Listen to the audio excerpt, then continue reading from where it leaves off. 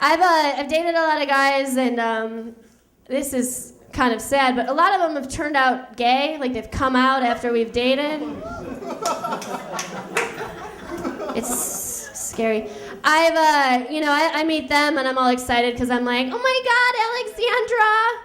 Like, he's so well dressed, and he just understands me, you know? And like, to his friends, he's probably like, well, she looks like a dude and swears like one. Like, I guess this will work until I memorize that coming out speech, you know? Don't. Slowly. It's like, I don't want to mess that one up. I don't know what it is. It's like the train runs express to Gay Town after it stops in Jocelynville. They get out and like have the vacation where they're like, no, I think I get it. I think I get it now. I am not, I don't like women. Thank you, Jocelyn. I'm like, no, why?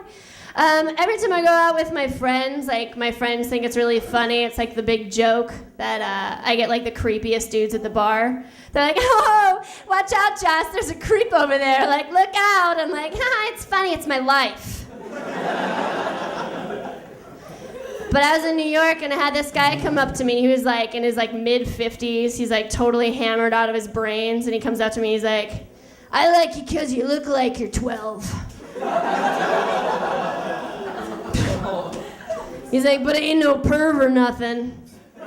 I'm like, well, sir, you're obviously a pervert, but I like you because you're not ambitious to go after a real 12-year-old. Good news for you, I happen to date lazy creeps. What do you say? Let's make some mistakes. I drink a lot. I drink way too much because if I don't, I shake.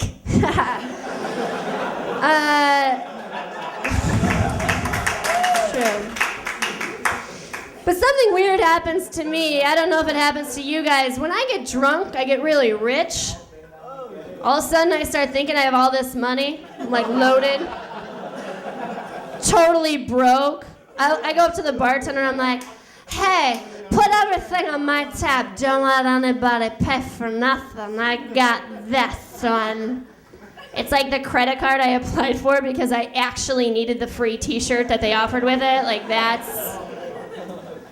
But in New York, they have this jukebox that takes credit cards. Like you actually can pay for it with a credit card. So I wake up after like this long night out, and I'm already angry because I've already spent, I've already gone over my balance in my bank account. But I find out that I spent $130 on a jukebox. Yeah, I put on my credit card. I'm like, what could I have been doing? I wanted to call a woman that worked at the jukebox place. Like, she would, like, this actually would be something. Like, in my head, I'm like, I know what I'll do. I will call and demand to know what happened. So I call up the thing, and I'm like, I would really like to know how $130 happened. And she's like, all right, let me break it down for you. We've got 33 plays of Living on a Prayer. Is that you? I'm like, yes. 22 plays of Brass Monkey back to back.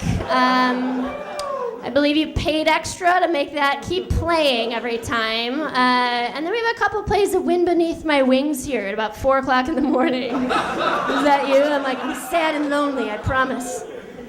Please don't tell anyone about this conversation. Click, boo!